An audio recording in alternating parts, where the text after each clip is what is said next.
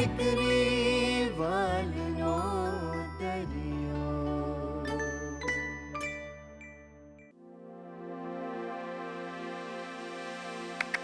ઉમાડી રે, આ ચાદરની હાલત તો જો કેટલી મેલી થઈ ગઈ છે. હમણાં જ તો ધોઈ હતી.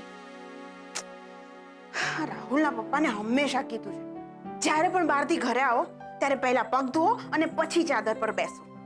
પણ ના, મારું તો આ ઘરમાં સાંભળે છે જ કોણ? અને જો સાચું બોલવા જાઉં તો તરત જ ચૂપ મૂર્ખી, એ સરો ડોબી, અક્કલ મુઠ્ઠી ચૂપ. હા હા, આ ઘરમાં અક્કલ તો બધી તમારા લોકોમાં જ ભરેલી છે ને. હું તો મૂર્ખી જ છું. એટલે જ તો આવા હીરામણી બેન જેવા ફાવી જાય છે અને 4-5 હજાર લૂંટીને જતા રહે. પણ મને એ નથી સમજાતું કે પૈસા ચોરી થાય તો ઘણો વખત થઈ ગયો, તો પછી બાને આમ અચાનક મોહનભાઈના પૈસાની ચિંતા ક્યાંથી થઈ આવી?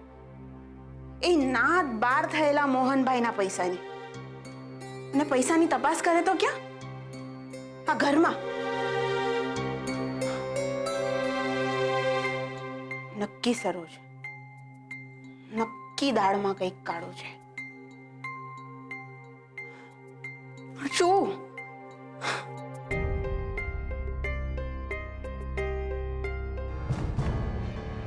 હે? આ શું? આ ગાંઠ જેવું શું છે? ગાદલા તો હમણાં જ ભરાવ્યા છે. પાછું ગાંઠ જેવું કેમ લાગે છે? કમાલ છે.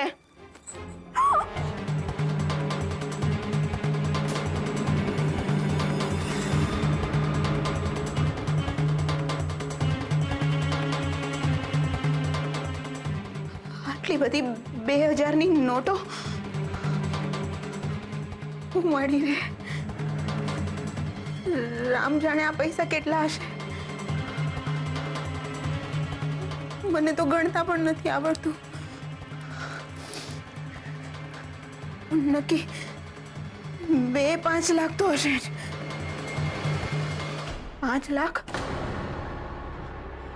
ક્યાંક આ મોહનભાઈના તો નહીં હોય? ગાદલા નીચે હીરામણી બેન. આ બધું બંધ બેસતું લાગી રહ્યું છે. પણ ચોર ચોરી કરીને પૈસા અહીંયા શું કામ મૂકી જાય? સરોજ, વળી રે, રાહુલના પપ્પા આવી ગયા. ક્યાંક મારા હાથમાં રૂપિયા જોઈ જશે તો મારા રામ રમી જશે.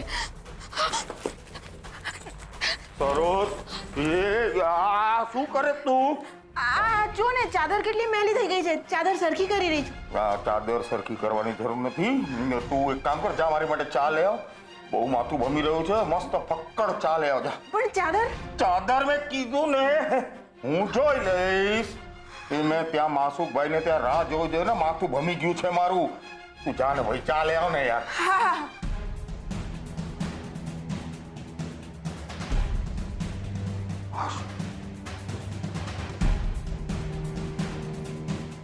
હા, 5 લાખ રૂપિયા જોઈને કોઈનું બી માથું ભમી જ જાય ને. હા, હવે તો એ રાહ જોઉં છું કે વીસીનો હપ્તો ભરવામાં કિંજલ નિષ્ફળ જાય અને દુકાનની નીલામી થાય અને પછી 5 લાખ 1, 5 લાખ 2 અને 5 લાખ 3. આજથી આ દુકાન રાઘવ ભટ્ટના નામે થાય છે.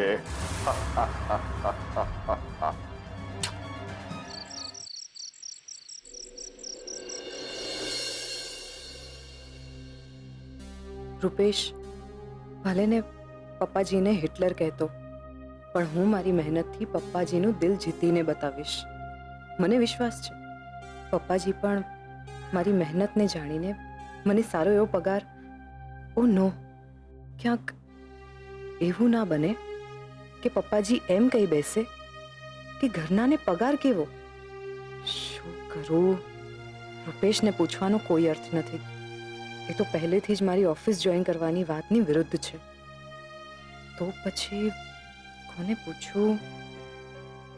હા, ઉત્કર્ષને પૂછી શકાશે. એને પગારનો આઈડિયા પણ હશે.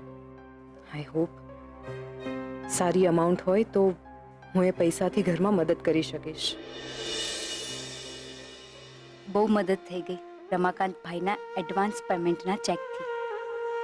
હવે તો બહુ સહેલાઈથી વીસીનો હપ્તો ભરાઈ જશે.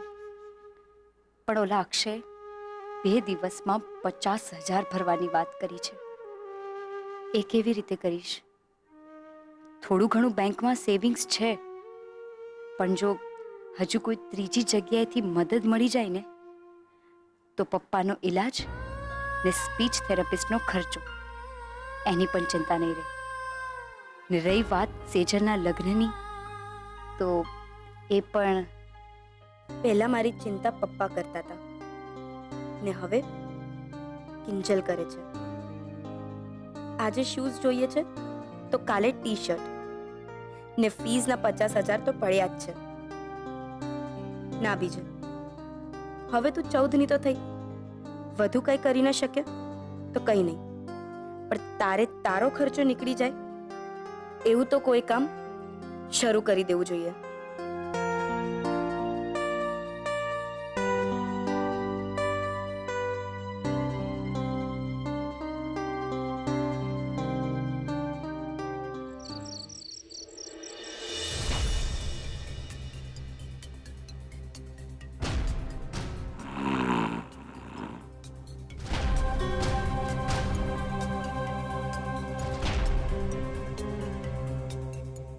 આટલા બધા પૈસા ગાદલા નીચે પડ્યા છે અને રાહુલના પપ્પા નિરાતે ઊંઘી રહ્યા છે.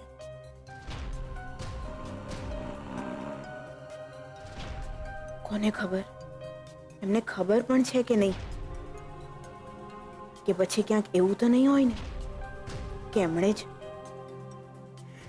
ના ના, આ હું શું વિચારી રહી છું. પણ બાના મતે આ પૈસા મોહનભાઈના જ હોવા જોઈએ, પણ કોઈ એમના પૈસા અહીંયા શું કામ મૂકી જાય? ક્યાંક બા હીરામણીબેનનું નામ લઈ પોતાનું પાપ તો છુપાવવા નહીં માંગતા હોય ને. ના, પણ કોઈ માં પોતાના જ દીકરા સાથે આવું શું કામ કરે?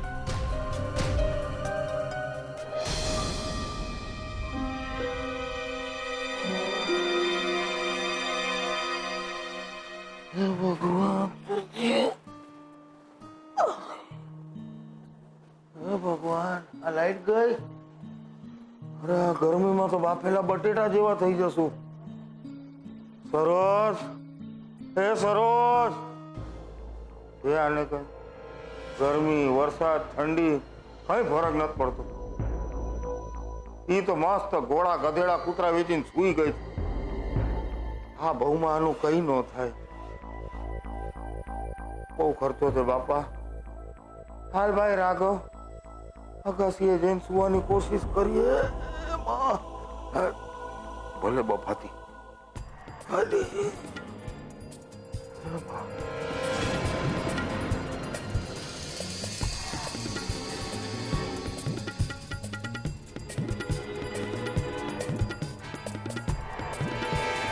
મને લાગે છે આ જ મોકો છે. મારે અત્યારે જ આ ગાદલા નીચેથી પૈસા લઈ લેવા જોઈએ. પણ પૈસા લઈને મૂકું ક્યાં? હશે પડ્યું એવું દેવાશે. પણ અત્યારે તો મારે પહેલા પૈસા લઈને મોહનભાઈને આપી દેવા જોઈએ.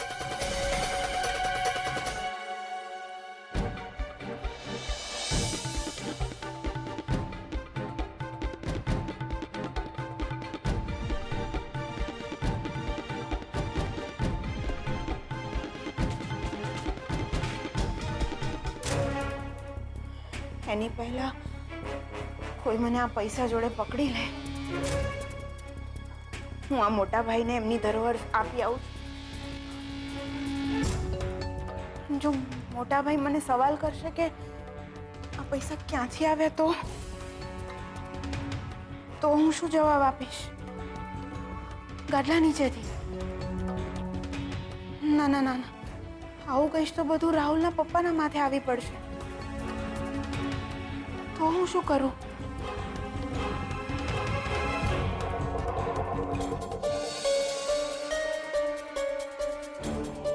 જાત જાતના વિચારો આવી રહ્યા છે. પણ આ પૈસા હવે ઘરમાં મૂકવા જેવા તો નથી. શું કરું? કોને સોંપું? ક્યાં મૂકું?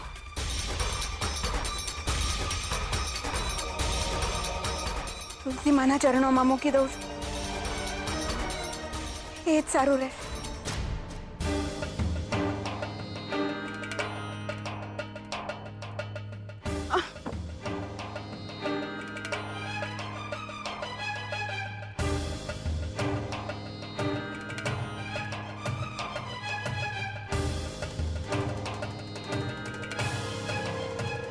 હે તુલસી માં, હવે આ ચિંતા મેં તમને સોંપી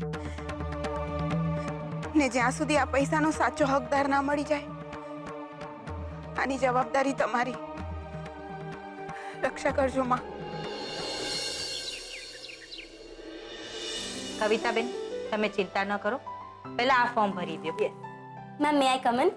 યસ, કમ ઇન. બીજલ, કેવી ચાલે તારી બેડમિન્ટનની ટ્રેનિંગ? સારી ચાલે છે, પણ મેમ એક વાત કરવી છે. હા બોલ. મેમ, મારાથી આ ટ્રેનિંગ કન્ટિન્યુ થઈ શકે એમ નથી. ઓ, સમજાઈ ગયું. મને ખબર છે અક્ષયની ટ્રેનિંગ આપવાની પેટર્ન થોડી સખત છે, પણ તારે હાર માનવાની જરૂર નથી. તું નેશનલ જીતી શકે એમ છે. હા, પણ મેમ અક્ષય સરની ફીસ તમે સમજો છો ને? 50,000ની વ્યવસ્થા કરવી પોસિબલ નથી. ને અક્ષય સરે કહી દીધું છે કે જો 2 દિવસમાં પૈસાની વ્યવસ્થા ના થઈ તો મારે કાલથી નથી આવવાનું. અને આ ટ્રેનિંગ છોડ્યા સિવાય મારી પાસે કોઈ છૂટકો જ નથી.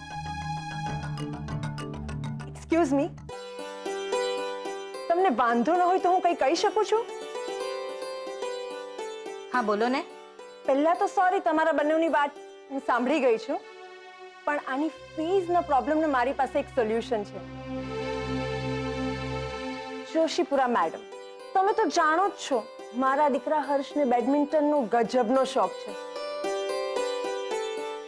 જો આ છોકરી આ લેવલ પર રમી શકતી હોય, નેશનલ લેવલ પર બેડમિન્ટન રમે છે, તો મારા દીકરા હર્ષને તો બેઝિક ટ્રેનિંગ આપી જ શકશે. આમાં મારું કામ પણ થઈ જશે અને ફીઝનો તારો પ્રોબ્લેમ પણ સોલ્વ થઈ જશે. ગ્રેટ. આવું થઈ જાય તો આનાથી રૂડું શું? અને તમને ખબર નહીં હોય, આ બીજલ તમારા જ એરિયામાં રહે છે. એના પપ્પાની ચાની દુકાન છે. Mohan and daughter's. અરે, એ તમારી બાજુમાં જ છે. તે પેલો કોર્નર પરનો સફેદ બંગલો જોયો છે? એ અમારો જ છે, પરિમલ. તો તું કાલથી આવી જજે મારા દીકરાને ટ્રેનિંગ દેવા. તારા અક્ષય સર સાથે ફીઝની હું વાત કરી લઈશ. સાચે? હું શું કામ ખોટું બોલું? આ રાંદલમાની ગોયણી જમણ માટે આ રવિવાર બરાબર છે. પાછી પૂનમ પણ છે. શું કહો છો, ગોયણી જમણ કરાવી નાખું ને? મમ્મી, શેના જમણવારની વાત ચાલી રહી છે? એ તો તારા પપ્પા બોલતા થઈ જાય ને, એ માટે મેં 14 કુંવારિકા જમણની માનતા રાખેલી. તો મને થયું કે માનતા જેટલી જલ્દી ઉતરી જાય ને એટલું સારું. બાકી ઓફિસ જવા માટે એકદમ તૈયાર છે ને તું? મીરા, ઓફિસ રજા રવિવાર. મને ખબર તમે શું બોલો છો ને, એ મને કંઈ જ સમજાતું નથી. ખબર નહીં આ કિંજલને કેવી રીતે બધું સમજાઈ જાય છે. એ તો મારું અને પપ્પાનું સિક્રેટ છે, હે ને પપ્પા? બાકી તારી જાણ ખાતર કહી દઉં કે પપ્પા એમ પૂછે છે કે સેજલને રવિવાર ફાવશે ને? હા પપ્પા, ફાવશે. અને આમ પણ રવિવારે રજા જ હોવાની. મમ્મી, તું જરાય ચિંતા ના કરીશ. હું અને કિંજલ મળીને જમવાનું બનાવવામાં તને મદદ કરશું.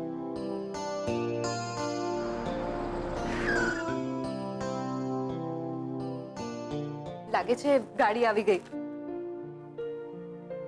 પપ્પા, મને આશીર્વાદ આપો કે હું બરાબર કામ કરી શકું.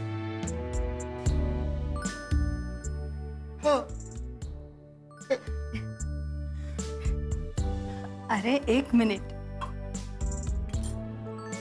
લે આ શુકરના દહીં સાકર ખા અને મોઢું મીઠું કરીને જા અને ખૂબ આગળ વધ. જોયું પપ્પા, મમ્મીનું કામ કેટલું પરફેક્ટ છે. એને દહીં સાકર રેડી જ રાખેલા. ચાલો હું જાઉં. હા, all the best. Thank you. ને સાંભળ, ઉત્કર્ષને હાય કહેજે. ચોક્કસ. કિંજલ તારે ઉડવું તો છે, પણ આ ચેક આપવા માટે.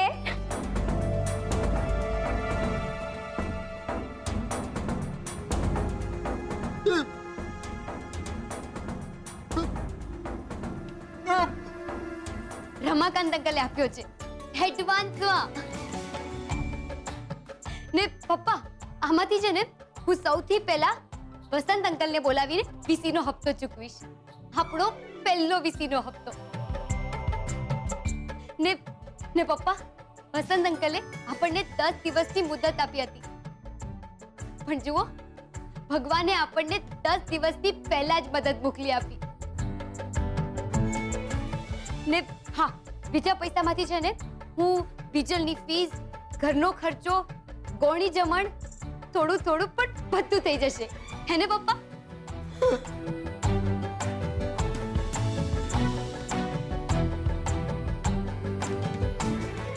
હા હા વસંત અંકલ, તમે કહેલું ને કે 10મા દિવસે તમે ફોન નહીં કરો, મારે ફોન કરવાનો છે, તો પછી 10મો દિવસ આવી ગયો છે ને તમારા પૈસા પણ આવી ગયા છે. તમને ટાઈમ મળે ત્યારે પૈસા લેવા માટે આવી જજો. પૈસા રેડી જ છે. ને તારા માટે ચા પણ ગરમા ગરમ મસાલેદાર ને સાથે સહેજ મીઠું પણ. ક્યા બાત હે, તો ચાખવી પડશે. આહાહા, ક્યા બાત હે, દાંત તો બનતી હે. સાંભળ, રમાકાંત અંકલે એડવાન્સમાં ચેક મોકલાવી દીધો છે ને મેં વસંત અંકલને બોલાવીને એને પૈસા માટે પણ બોલાવી લીધા છે. ઓહો, એકદમ બુલેટની ગતિ હે. હા, પણ મને લાગે છે આપણે રાહુલના મામલામાં વધારે લેટ કરવાની જરૂર નથી. તો લે રૂમાલ. કેમ? મને આંસુ થોડા આવ્યા છે તે લૂછવા રૂમાલની જરૂર પડે? અરે એમ નહીં, ભીમજી અદાને બોલાવવા માટે ભવાની બાએ ફોન તો કરવો પડશે ને. તો લે રૂમાલ, બદલ અવાજ ને બોલાવી લે અદાને. બોલ્યો મોટો, એ ભીમજી અદા છે. પહેલો શબ્દ બોલીશ ને એટલે જ પકડી પાડશે ને કહેશે, એ જોડી, આ બધા નાટક કરવાના રહેવા દે. તું ડરપોક છે. અરે એકવાર ટ્રાય તો કર. અને હા, વચમાં વારે વારે ખાંસી ખાતી રહેજે. ટ્રસ્ટ મી, થઈ જશે. હું લગાવું છું ફોન. ના, મારાથી નહીં થાય. ઉત્કર્ષ પ્લીઝ, તું ફોન નહીં કર. ફોન આપી દે.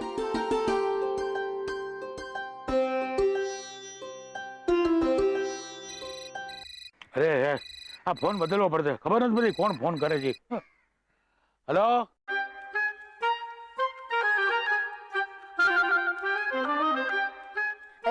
જય માતાજી અદા. હેલો. અરે ભાઈ બોલો ને, ના બોલવું તો ફોન બંધ કરી દઉં.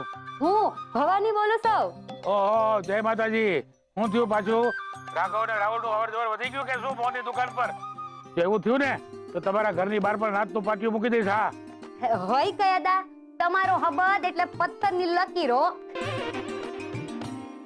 હા, તો હું થયું? કઈ નહીં અદા, આ તો પથ્થરની લકીર જરાક લંબાઈ ગઈ. બાકી મેં તમને એમ કહેવા માટે ફોન કર્યો તો કે આપણો રાહુલ છે ને, એને દુબઈમાં નોકરી મળી ગઈ હો. ઓહો, એટલે તમારી પાસે બધું ઝૂમ કરતો ને દુબઈ ઉપડે એમ ને? હા હો, પણ તમારા આશીર્વાદ વગર નહીં હો અદા. તો આવો છો ને? હા ભાઈ, એ તો વ્યવહાર કહેવાય. ના તો કોઈ પણ છોકરો વિદેશ જતો હોય તો વડીલે દારિયે આપવા તો આવવું જ પડે ને. કાલે ટિકિટ કઢાવી લઉં છું. હું એમ કહું, તમારે અવાજ ને શું થયો? હું કહું અદા, જેમ તમને ગરમીનો ગોળો લાગી ગયો ને, એના પછી મારા ગળામાં આવ્યો ને ઘર કરી ગયો. ત્યારની નકરી ખાંસી જ ખાવ છું. હા, ઠીક છે, ઠીક છે. ચલો, જય માતાજી. જય માતાજી. હા.